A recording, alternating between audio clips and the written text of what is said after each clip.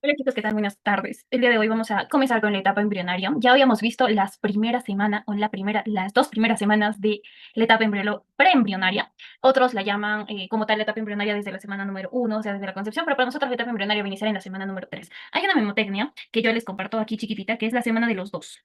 En la semana de los dos, no sé si se acuerdan que nosotros teníamos la masa celular interna y externa, y esta se va a dividir en dos, en masa celular esta masa celular interna, en la segunda semana pasa a llamarse también embrioblasto, empieza a tener dos nombres, ¿ciertos? Que es epiblasto, el epiblasto y el hipoblasto, ¿ok?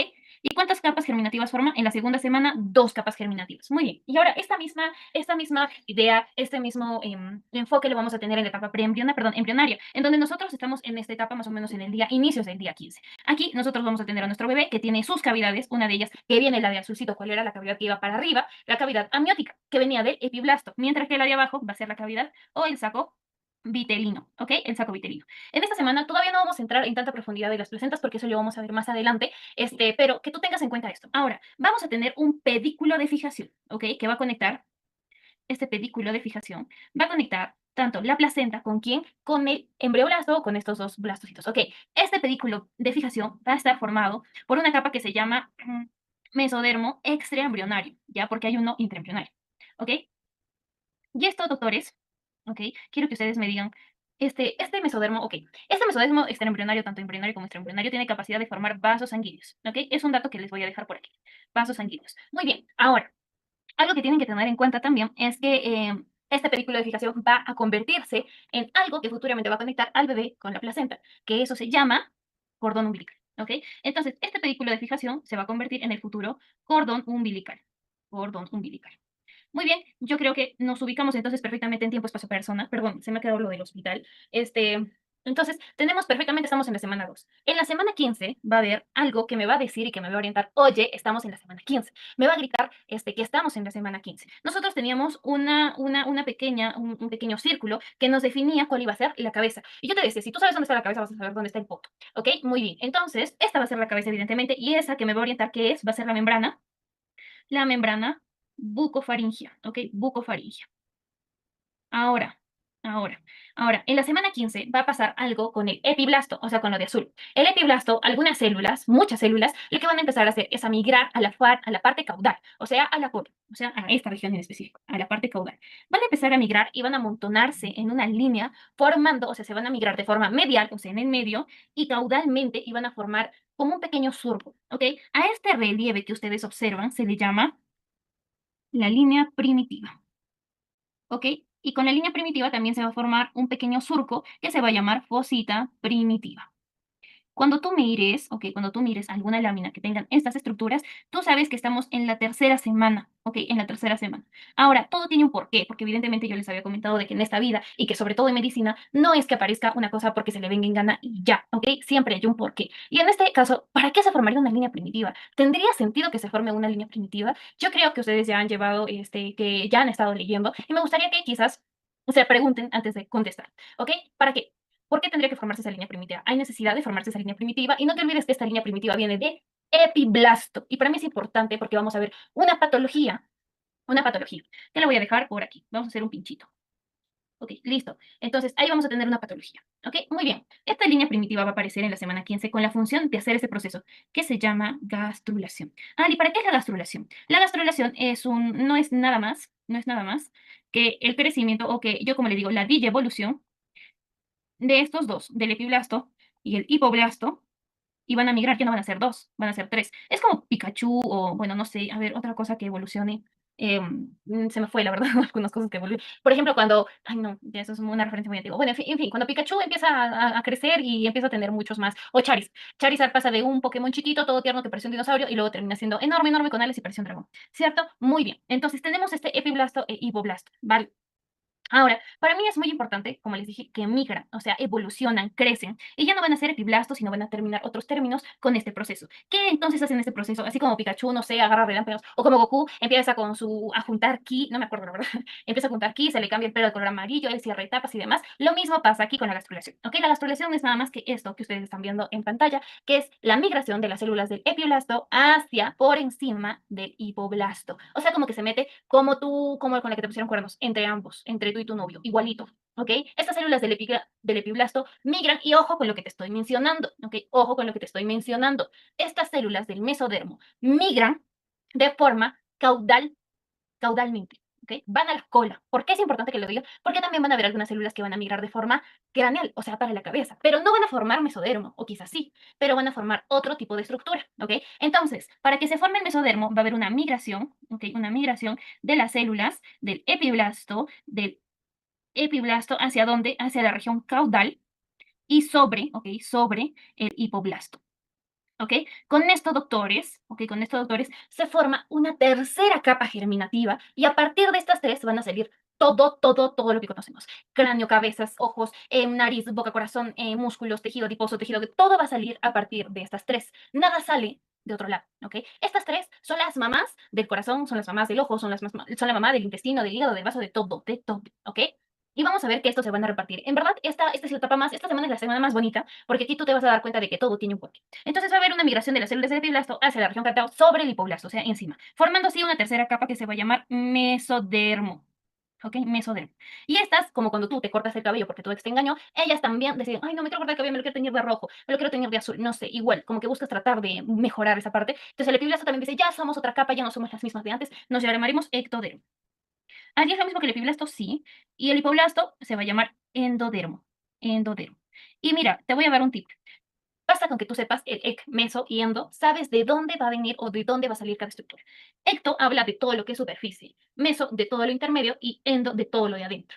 Ectodermo, y lo vamos a ver más adelante porque hay una lámina exclusiva que dice para eso, entonces van a venir de estas tres capas germinativas todo. ¿Y ok? Muy bien. Y con esto, lo que te estoy sustentando, vamos a buscar el porqué de esta patología y por qué vas a encontrar cierto tejido en esta patología. ¿Ok? Muy bien. Ahora, entonces, te había hablado, entonces ya tienes este proceso de la gastrulación, pero también va a aparecer un nuevo ser, que es la notocorda. Y ya te había dicho que aquí está la membrana bucofaringea, ¿ok? Y te había dicho que hay una migración caudal, o sea, para abajo, para formar el mesodermo, pero también van a haber células, ¿ok? Células que van a migrar a nivel craneal, o sea, para arriba, pero se van a mezclar con células del hipoblasto. Perdón, van a haber células del epiblasto, células del hipoblasto, se van a intercalar. Y estas tres, como un conjunto de colores, si tú las mezclas, van a formar una nueva, no una capa germinativa, sino una nueva estructura que se llama notocorda, ¿ok? Y la notocorda queda igual, por encima, por debajo del ectodermo, pero por encima del endodermo, ¿ok? Muy bien. Muy bien. Ahora, esta notocorda es importante. ¿Por qué? Porque va a ser la principal inductora ¿de qué? De la formación del sistema nervioso central, ¿ok? Del sistema nervioso central. Con eso que te estoy diciendo, que sí o sí tiene que haber migración craneal, porque el sistema nervioso central, estamos hablando de cerebro, médula espinal, sobre todo esos dos, o bueno, esas dos, o médula oblongada, ¿ok? Perfecto.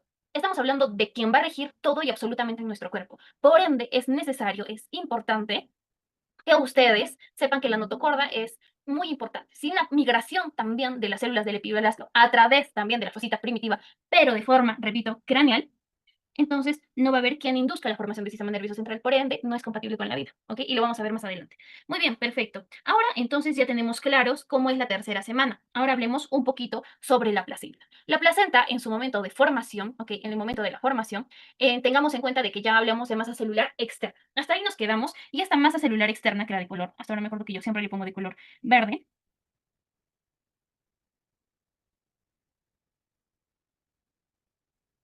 se divide en dos, en citotrofoblasto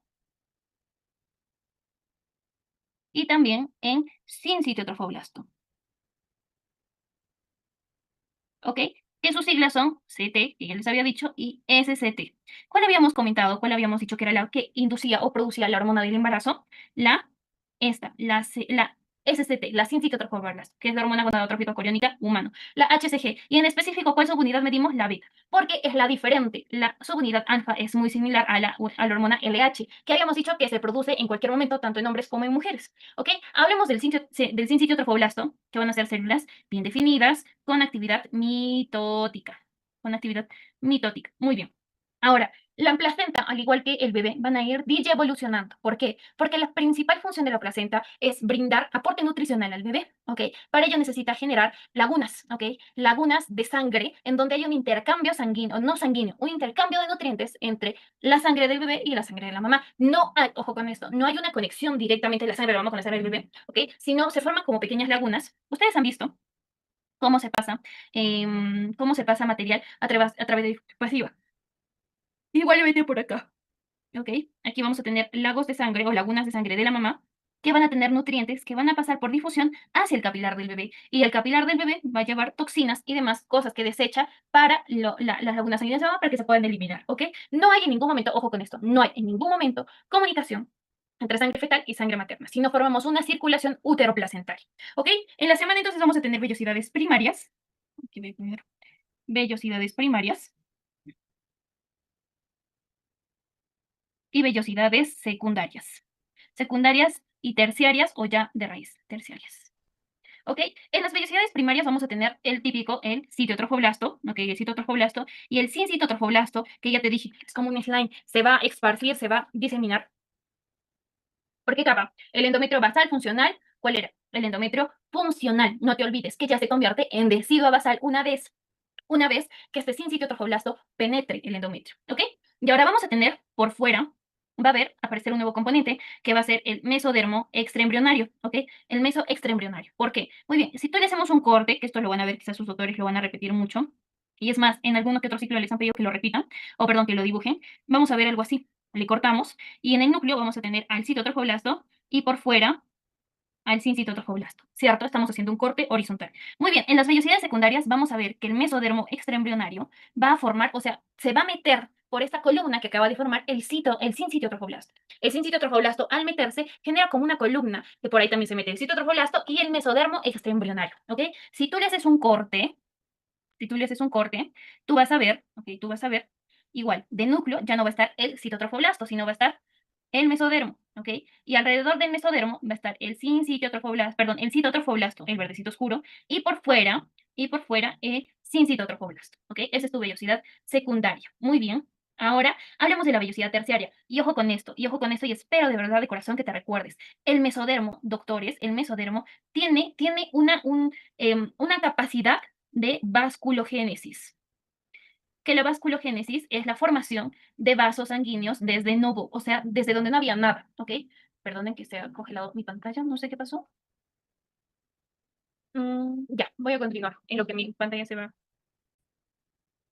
Ok, perdón, se fue la llamada, no sé qué pasó. Ok, como les decía, la capacidad de la masa, perdón, de la masa no, del vaso sanguíneo es justamente la formación de células a partir de novo, o sea, donde no había nada, ¿ok? Entonces van a empezar a formar vasos sanguíneos. Y no solamente me refiero a arterias y venas, me refiero también perdón, no me refiero solamente a arterias, ¿ok? Sino también a venas. Por ende, junto con la aparición de estos vasos sanguíneos, ya tengo la circulación uteroplacentaria, ¿ok? Uteroplacentaria. Entonces, y ojo con esto, y hay algo más importante, se invierte, ¿ok? Rota, cambia. El sincitio trofoblasto deja de estar afuera, lo mete, el sitio trofoblasto empieza a generar, como tiene actividad mitótica, son células más definidas, son estructuras mucho más sólidas, ¿ok? Por ende, para generar una barrera uteroplacentaria, ¿tú en quién confías? ¿En quien está medio blandito o en el quien está duro, duro? En el que está duro, duro. Entonces, muy bien. Le haces un corte de forma horizontal y vas a ver que en el centro, ¿ok? Que en el centro vamos a tener vasos sanguíneos, ¿ok? Una arteria, una vena, siempre una arteria, una vena, y luego vamos a tener, ya no vamos a tener por fuera al citotrofoblasto, sino al sin citotrofoblasto, y por fuera al citotrofoblasto, ¿ok? Al citotrofoblasto que va a cubrir todo. Tú miras esto, tú ya sabes que es una vellosidad terciaria, ¿ok? Que ya hay una buena implantación, que ya hay una buena circulación, ¿ok? Muy bien. Y aquí hay una imagen de cómo es al inicio, ¿ok? De cómo es al inicio, fíjate cómo es al inicio. El sitio trofoblasto, aquí lo han cambiado de color, el sin sitio trofoblasto está, mira, de un verde más oscuro, pero en fin y al cabo es lo mismo. Y aquí ya tenemos al al citotrofoblasto ya bien marcado y bien delimitados, ¿qué cosa? Sus lagunas sanguíneas, ¿ok? Sus lagunas sanguíneas. Muy bien, ahora, la placenta, doctores. La placenta tiene dos caras, una lisa y perdón, una materna y una fetal, ¿ok? La fetal se supone que debería tener una conexión con la placenta. Por ende, mi pregunta, ¿cuál es la cara fetal y cuál es la cara materna? Evidentemente tenemos la cara materna de este lado, ¿ok? ¿Por qué? Porque te acabo de explicar que aquí formamos, ¿ok? Aquí formamos, ¿qué cosa? Lagunas de sangre. Estas lagunas de sangre, ¿ok? También van a ayudar a, ¿qué cosa? A la formación de cotiledones, que es la unidad básica de una placenta, ¿ok? En promedio tenemos entre 20 a 25 cotiledones, ¿ok? Cotiledones. Tú miras aquí esta estructura, esta bolita, esta otra bolita, y te vas a dar cuenta de que hay muchas bolitas por separado. Bueno, no bolitas como tal, pero sí estructuras bien ramificadas, ya. Y cada una de esas columnas forma un cotiledón, o cada una de esas bolitas forma un cotiledón. Mientras que tenemos la cara fetal. En la cara fetal, evidentemente, como te dije, tenemos qué cosa, el cordón umbilical. Y el cordón umbilical, ok, el cordón umbilical y esta capa que está por dentro que tú ves que es lisa, habíamos dicho que viene qué cosa, esta capa lisa es nada más que la bolsa amniótica o la cavidad amniótica, que está formada por, o quién la ha formado estructura, o sea, quién formó la cavidad amniótica, el epiblasto, ok, el epiblasto, muy bien.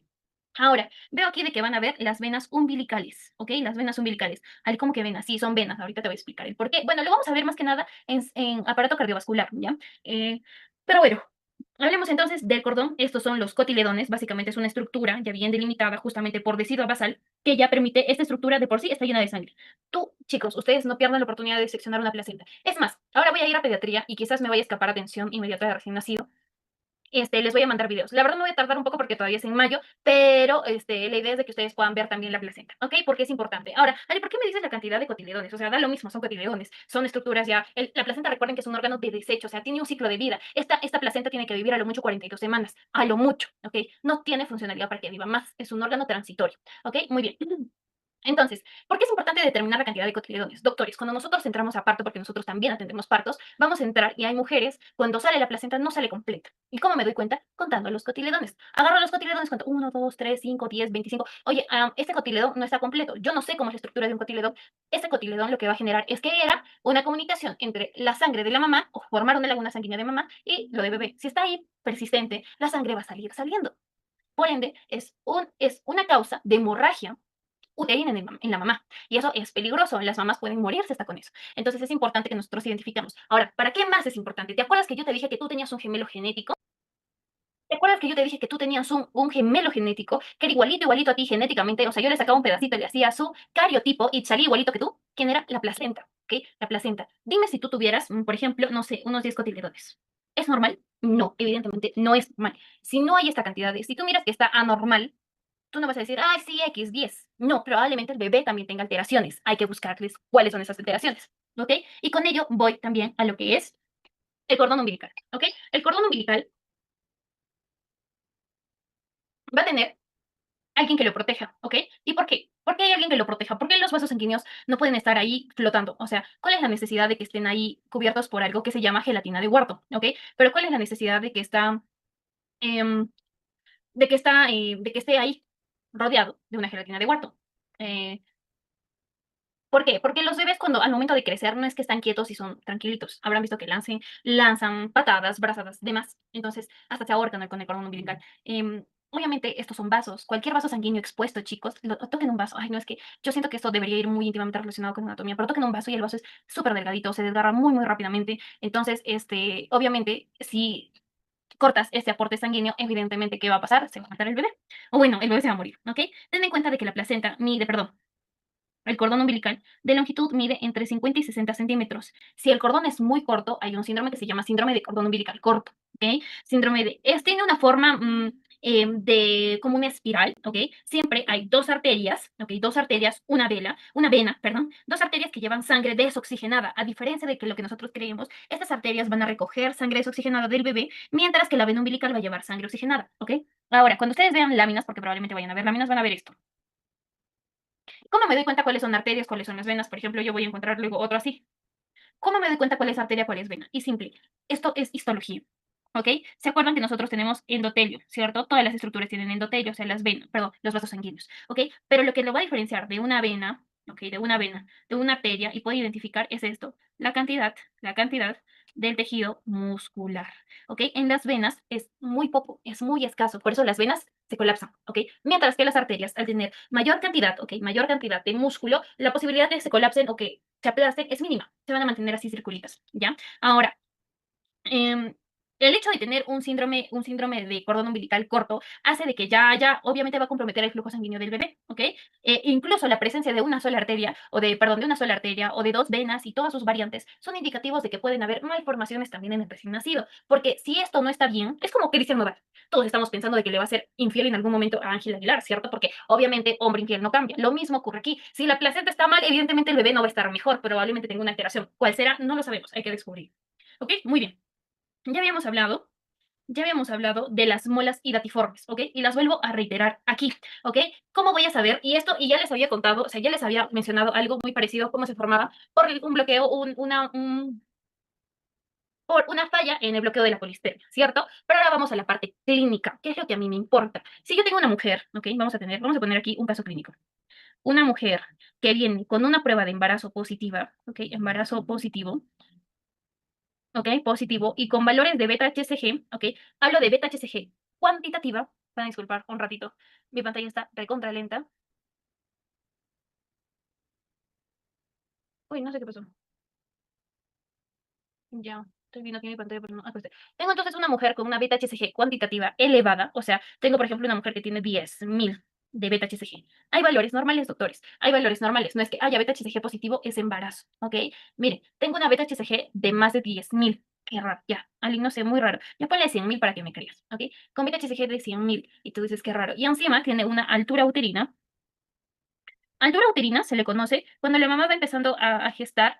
Nosotros lo que hacemos es medir la pancita y esperamos una medida más o menos para la edad gestacional. Por ejemplo, no sé, 15 semanas, ok, un promedio de unos 15 centímetros o a nivel de la sínfisis del pubis. Tenemos un montón de solo ven en ginecobstetricia aquí, solamente ustedes se va a decir altura uterina elevada, ok, elevada, o sea, mayor para la edad. Por ejemplo, la señora tiene apenas 4 meses, pero tú le mides y parece una pancita de 8 meses. Es bien raro, ¿no? Entonces, ahora, y encima te dice, ¿sabes qué, doctor? Y me he sacado una ecografía, y en mi ecografía me han dicho que han visto este signo, es un signo que la verdad no me acuerdo, es el signo de panal de abeja.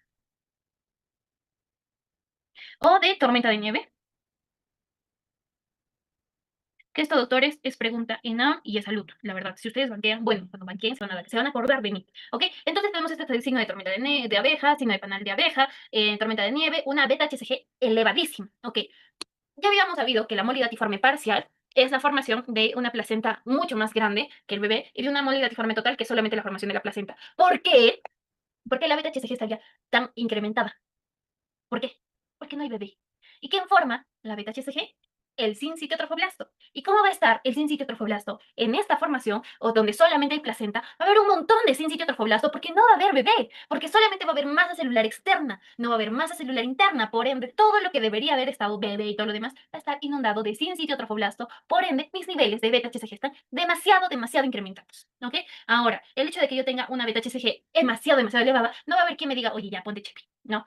Por eso, la altura uterina es mayor. Por eso tengo una prueba positiva. Ahora, con esto vamos a ver la etapa fetal dentro de poco, ¿ok? Y en la etapa fetal vamos a ver cuáles son los signos que realmente me identifiquen que una mujer está embarazada. Entonces, ¿una beta-HCG es embarazo? No, no necesariamente. Puede ser una molidatiforme. ¿Ok? Ahora, aquí está. Esto, por ejemplo, ustedes ya saben que esto es una molidatiforme parcial. Fíjense, y este bebé encima tiene una patología que yo les comenté al inicio de la semana, que se llama amelia. ¿Ok? Y este bebé también tiene otra patología. Mira, aquí, una espina bífida, que vamos a descubrirlo mucho, mucho más adelante, así que no se preocupen, ¿ok? Y esto es una total, se ve así tal cual, coágulos y demás. Si tengo la oportunidad, mientras hago mi rotación durante estos 6 meses que nos vamos a ver, yo se las voy a mandar, al igual que les mandé lo de síndrome de Pato. ¿Ok, doctores? Continuando pues, y hablando de los casos clínicos, justo va con el pinchito que habíamos puesto. Tenemos a dos amigas, cada una recibió su control prenatal, pero hay algo que dicen que son controles prenatales irregulares, ¿ok? Ok, y justo ambas tienen una alteración con respecto a lo que habíamos visto en la tercera semana, que es la formación de la línea primitiva. ¿Ok? Tenemos una paciente A en donde ven a un bebé que nace con una masa que se le quitó, se le hizo un estudio histopatológico y le dicen que es un teratoma sacrococcigio que tiene diversos tejidos, cartílagos, epitelio respiratorio, tejido nervioso, uñas, músculo, pelos y un par de dientes. El diagnóstico es teratoma sacrococcigio. Y luego tenemos del hijo de Elena, que nació con una malformación congénita grave en donde se evidencia una fusión parcial de los miembros inferiores, también llamado sirenomelia, una genesia de las vértebras lumbosacras y anomalías renales que se llama disgenesia caudal. ¿Ok? Ok, ya hemos hablado del proceso de la gastrulación, ¿ok? ¿Y qué pasa con las líneas primitivas? ¿En qué fase del mismo? Ok, ocurrió, ok. Listo, literalmente hemos respondido todos, ¿ok? Ahora, ¿qué son teratógenos y qué pueden? Vamos a iniciar con el pincho que habíamos dejado acá.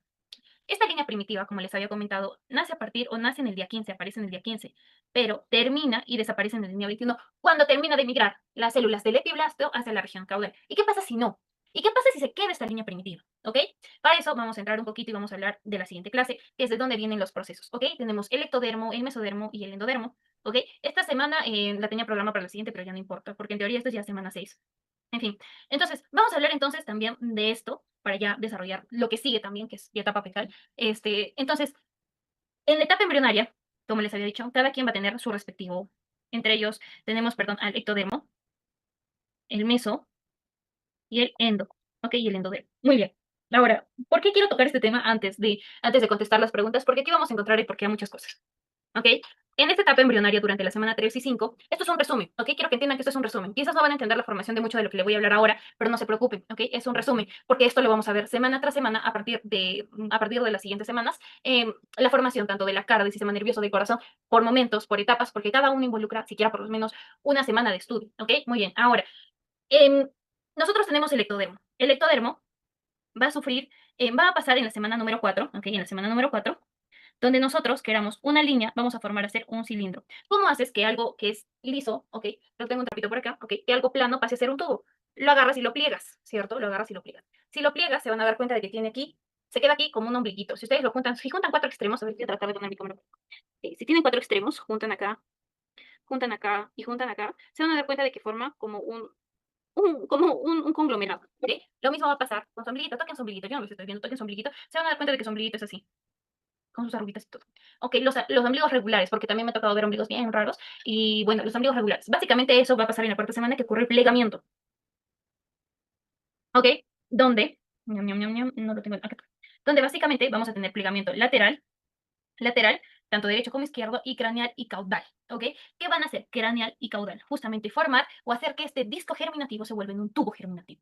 Al momento de formarse un tubo, vamos a tener que estructuras como el endodermo van a quedar por dentro de este tubo cilíndrico, o sea, lo más profundo de la capa, mientras que el ectodermo va a cubrir todo el embrión. Muy bien. Ahora hablemos propiamente del ectodermo, doctores. ¿Ok? En el ectodermo vamos a ver que primero va a ocurrir un proceso de neurulación. ¿Ok? Como la gastrulación, pero neurulación. La neurulación va a ser básicamente la formación, ¿ok? Del ectodermo. Vas a ver que las células se van a ensanchar justo porque la notocorda es la que le va a decir, oye, papito, ya ponte pilas. Esta va a ser la inductora de que habíamos dicho del sistema nervioso central. ¿Ok? Muy bien. Ahora, como esto empieza a engrosarse, este surco empieza a formar un tubo, formando así el tubo neural. ¿Ok? El tubo neural. Entonces, del ectodermo va a salir el tubo neural. Este tubo neural va a formar el sistema nervioso central, es decir, encéfalo y nervios, ¿ok? Nervios especialmente de la médula espinal, ¿ya? Vamos a ver que va a haber otra capa que se va a encargar de la formación de los nervios periféricos, ¿ok? Muy bien. ¿De dónde viene esa capa? Justamente del tubo neural. Al momento de fusionarse, las células de esta región, de la región de la cresta de este tubo neural, van a salir. Y fíjense, salen, ¿ok? Formando células, ¿ok? Células de la cresta neural. Muy bien, estas células de la cresta neural para algunos autores también son un tipo de tejido, una capa germinativa también, porque tienen muchas y van a formar otras múltiples estructuras, ¿ok? Muy bien, aquí hay un resumen de cómo se forma el tubo neural. Entonces inicia con la formación del surco y luego se van a empezar a cerrar en la región cervical. Y va a subir para arriba y para abajo, o sea, craneal y caudalmente. O sea, se fusionan en el medio y luego van subiendo y van bajando, formando así el tubo neural y dejando dos neuroporos, ¿ok? Neuroporo anterior y neuroporo posterior. Doctores, estos neuroporos se tienen que cerrar porque evidentemente tu cabecita no está abierta, ¿ok? Estos neuroporos se cierran en el día 25 y más 2 días, ¿ok? Se cierra el posterior en el día 28, ¿ok? En el día 28. Si permanece abierto este neuroporo anterior, me va a generar una patología que se conoce como meroanencefalia o anencefalia y si no se cierra la estructura posterior, va a formar espina bífida, ¿ok? Es importante que lo sepan, no como en específico, porque aquí van a haber otras series de alteraciones, por ejemplo, de adeninas, guaninas, sobre todo. Aquí, por ejemplo, tú le dices a la mamá cuando una mujer está embarazada por cultura general, le dicen, pero toma ácido fólico. ¿Por qué tiene que tomar ácido fólico? ¿Ok? Entonces, y luego, esto lo vamos a ver más a detalle en neuro, ¿ok? Pero, por ejemplo, ellos se cierran en la semana 25 y 28. Para algunos autores es 25, perdón, 27. Para algunos autores es 26 y más 2 días, 28, ¿ok? Más 2 días, 28. Ay, pero siempre son 2 días de diferencia, ¿ok?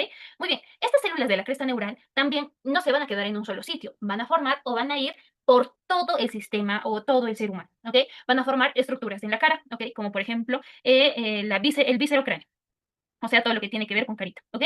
También va a formar el tronco cunal, que es muy importante para la separación, ¿ok? Porque eso me puede generar patologías muy, muy bonitas en lo que es aparato en cardiovascular, ¿ok? También me va a formar estructuras como, por ejemplo, microglías, neuroglías, nervios periféricos, ¿ok? También la dentina, o perdón, parte de la, me estoy confundiendo, sí está bien. La dentina, ¿ok? La dentina del diente, algunas glándulas sebáceas, incluso el pelo o la inervación de los pelos y la uña, ¿ok? Ok, también Neurohipófisis, sí, la neurohipófisis, ¿ya? Y la demihipófisis sí viene del sistema nervioso central propiamente. Entonces se dan cuenta que viene de diferentes, incluso los melanocitos, ¿ok? Los melanocitos, los que les dan color a nuestra piel, también vienen de las células de la cresta neural, ¿ok? Muy bien, y sin menospreciar, ¿ok? Sin menospreciar todo lo que es piel. Y con todo lo que es piel me refiero a cabello, glándulas sebáceas, tejido adiposo, ¿ok? Eso me va a generar el ectodermo. Muy bien, stop, stop, stop, stop. Por favor, doctores, volvemos al caso clínico. Te dice, ¿cuál es el destino normal de la línea primitiva al final de la cuarta semana y cómo se relaciona con su persistencia o la falta de involución? En el caso de la paciente es A, ¿ok? Muy bien. Justo hay principales derivados del ectodermo, mesodermo y endodermo. Perfecto, este está bien. Muy bien.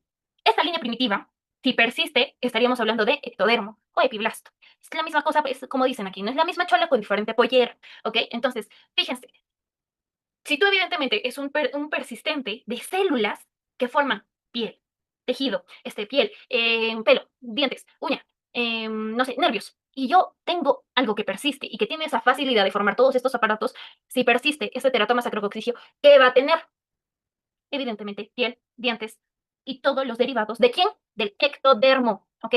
No estamos hablando del tubo neural. De hecho, para mí, el hecho de que diga aquí este tejido nervioso es un tanto dubitativo, porque en los teratomas acrococcigios persisten sobre todo pelo, y no tanto, por ejemplo, músculo, no debería haber, porque es derivado del ectodermo, ¿cierto? Y si es del ectodermo, estamos hablando de piel. Y si ustedes buscan qué contiene un teratoma, te dice piel, tejido celular subcutáneo y sobre todo dientes, uñas y pelo. Es como un monstruito, búsquenlo, ¿ok? Muy bien, entonces no tendría tanto que tener músculo porque vamos a ver que el músculo deriva de otra capa germinativa que no tiene que ver con el ectodermo, ¿ok? Igual que el epitelio respiratorio, aunque parezca que sí, pero no, no hay epitelio respiratorio, que yo sepa en la mayoría de teratomas, ¿ok? Muy bien, ¿y qué pasa si es que las células no deciden migrar? O sea, ¿qué pasa si es que las células dicen, pues yo no quiero irme y ya? Pues justamente, ahora vamos a ver por qué hay tantas alteraciones en este pequeño, porque vamos a hablar ahora un poquito del mesodermo. El mesodermo se va a dividir, ya saben que es la formación. Básicamente, una es la migración de las células del epiblasto por encima del hipoblasto, formando así el mesodermo. Este mesodermo se va a dividir en tres, ¿ok? El mesodermo lateral, intermedio y paraxial, ¿ok? Y paraxial. Fíjense y chequen esto, por favor, chicos. El mesodermo lateral se va a dividir en dos, ¿ok? Esto lo vamos a ver más en respiratorio. ¿Por qué? Porque a partir de aquí se van a formar las diferentes pleuras. Se han dado cuenta de que hay una pleura visceral y otra parietal, ya, de aquí salen, ya, ok, de ese mesodermo lateral. El mesodermo intermedio, ok, por el contrario, el mesodermo intermedio va a formar túbulos, ok. Del intermedio van a salir túbulos, que van a ser los túbulos mesonéfricos o los túbulos de Wolf, ok, ok, muy bien. De a partir de estos túbulos del mesodermo van a salir todo lo que es la estructura y el sistema urogenital, o sea, renal y también urinario. ¿Ok? A partir de estos túbulos. ¿Cómo? No te preocupes, lo vamos a ver en la semana 8, creo, no me acuerdo. ¿Ok? Mientras, y mira, justo, aquí está, este sería el mesodermo paraxial, ¿ok? Que ahorita vamos a ver qué sale del paraxial, y aquí está el mesodermo lateral, y aquí en amarillito, el intermedio, ¿ok? Del intermedio sale el renal, ¿ok? Y toda la parte urogenital. Con esto incluye trompas de falopio, epididimo, próstata. Vamos a ver, se los juro que van a entender. Pero ahorita con que tú sepas que del mesodermo intermedio me sale el aparato renal, más que suficiente, ¿ok? Ahora, el mesodermo paraxial, ¿ok? El paraxial va a formar estas estructuras que se van a llamar somitas, ¿ok? Esto es una evolución de cómo van creciendo los somitas, ¿ok? Y vamos a tener somitas que van a ser a la par, tanto a la derecha como a la izquierda, y a partir de estos somitas se van a formar todo lo que es la parte músculo esquelética.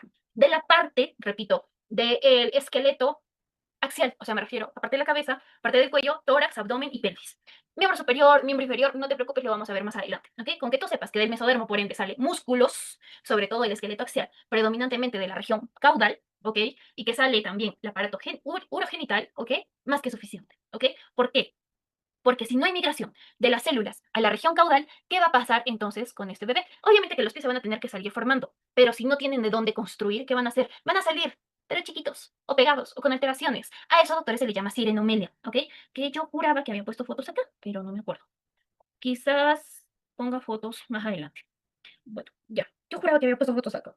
La cuestión es que tenemos esta sirenomelia también. Ahora, si no ha migrado las células del epiblasto hacia la región caudal, voy a tener riñones, si no tengo mesodermo. ¿Voy a tener unos pies bonitos, perfectos, divinos? No, porque no hay células de dónde sacarlas. ¿Qué más no voy a tener? ¿Un aparato urogenital que funcione? No. Voy a tener, por ende, anomalías lumbosacras. Y ojo con esto, también a partir del mesodermo intermedio, perdón, del mesodermo paraxial, van a salir las vértebras. Por ende, si es que no han migrado para la región caudal, que eso se llama sirenomelia, o disgenesia caudal, disgenesia, o sea, dis viene de no pasó, genesia, formación caudal, o sea, no se ha formado la región caudal, evidentemente no voy a tener vértebras, ni pies, ni tampoco riñón. Por ende, la parte urogenital, ¿cómo estaría? O sea, ¿tendría genitales desarrollados o no? no voy a tener, no voy a tener, evidentemente, ¿qué cosa? Miembros inferiores desarrollados y tampoco un aparato urogenital bien formado, evidentemente, ¿no? Por simple lógica. Hablemos entonces del endodermo. El endodermo va a ser la parte más sencilla para mí, es de los aparatos más sencillos, ¿ok? Va a ser un tubo, ¿ok? Este tubo tiene boca, tiene ano y sus derivados. Tum, tum. Listo, los que tengo. Que crece aquí un poquito, que disminuye aquí un poquito, que cambia aquí de forma. Listo, tu sistema aparato gastrointestinal, ¿ok? Y aquí hay algo que quería aclararles, que hay una gran diferencia entre aparato y sistema, ¿ok? Esto viene de origen embriológico. El aparato incluye una capa germinal, una capa germinativa. Ectodermo, ectodermo. Mesodermo, mesodermo. Endodermo, endodermo. Mientras que el sistema ya involucra a dos capas germinativas. ¿Ok? Por eso hablamos de un sistema musculoesquelético o de un aparato, perdón, de un aparato gastrointestinal, porque el aparato gastrointestinal solo deriva de endodermo. Ok, como les mencionaba. Entonces, eso va a ser la diferencia, evidentemente, de un aparato de un sistema. El aparato gastrointestinal, con sus pros y sus contras, va a formar es un tubo, ¿ok? Y a partir de aquí, ojo con este, de este tubo va a salir una pequeña, por eso es que les digo que para mí no tiene sentido, de este tubo de endodermo va a salir una pequeña bifurcación, ¿ok? Una pequeña bifurcación sale del endodermo y va a formar la yema pulmonar. Una yema pulmonar evidentemente no va a venir, o sea, no va a formar hígado, ¿sí me entiendes? Va a formar el aparato respiratorio, ¿ok? El aparato respiratorio.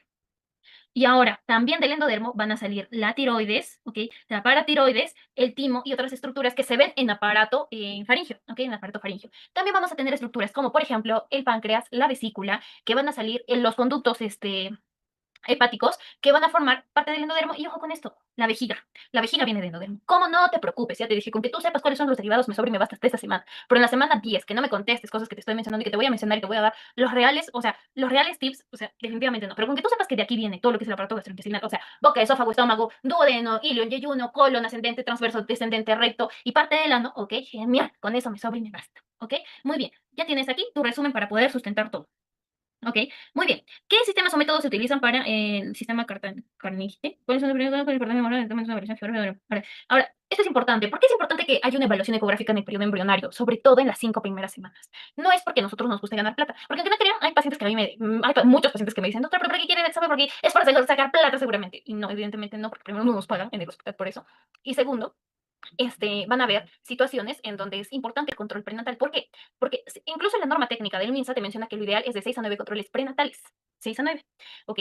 Porque usualmente en el primer trimestre ninguna mujer embarazada dice, ay, voy a ir mi día me embarazo a hacerme mi control prenatal, porque ni siquiera saben. La mayoría de embarazos son accidentales, el diagnóstico es accidental. Llegan mujeres por otras complicaciones, te dicen que tienen gastritis, demás. Vieran cuando vayan a su posta, se van a dar cuenta de esto. Ahora, ¿por qué es importante? Porque nosotros queremos evitar estas malformaciones con el consumo de vitamina, no sé, con vitamina B9, que es el ácido fólico, ¿ok? Que va a ayudar a la formación del sistema nervioso central. ¿Cómo? No te preocupes, lo vamos a ver más adelante. Si es que alguien te pregunta, tranquilo, tiene que ver algo con los ADNs, con el ADN, perdón. Si ustedes se acuerdan, mucho influye el ácido fólico y el zinc en la formación de la guanina, de la tiamina, o sea, de las bases en genéticas y por ende, y adivina quién consume bastante lo que son las bases genéticas, esta fusión de adrenina, guanina y demás, el sistema nervioso central.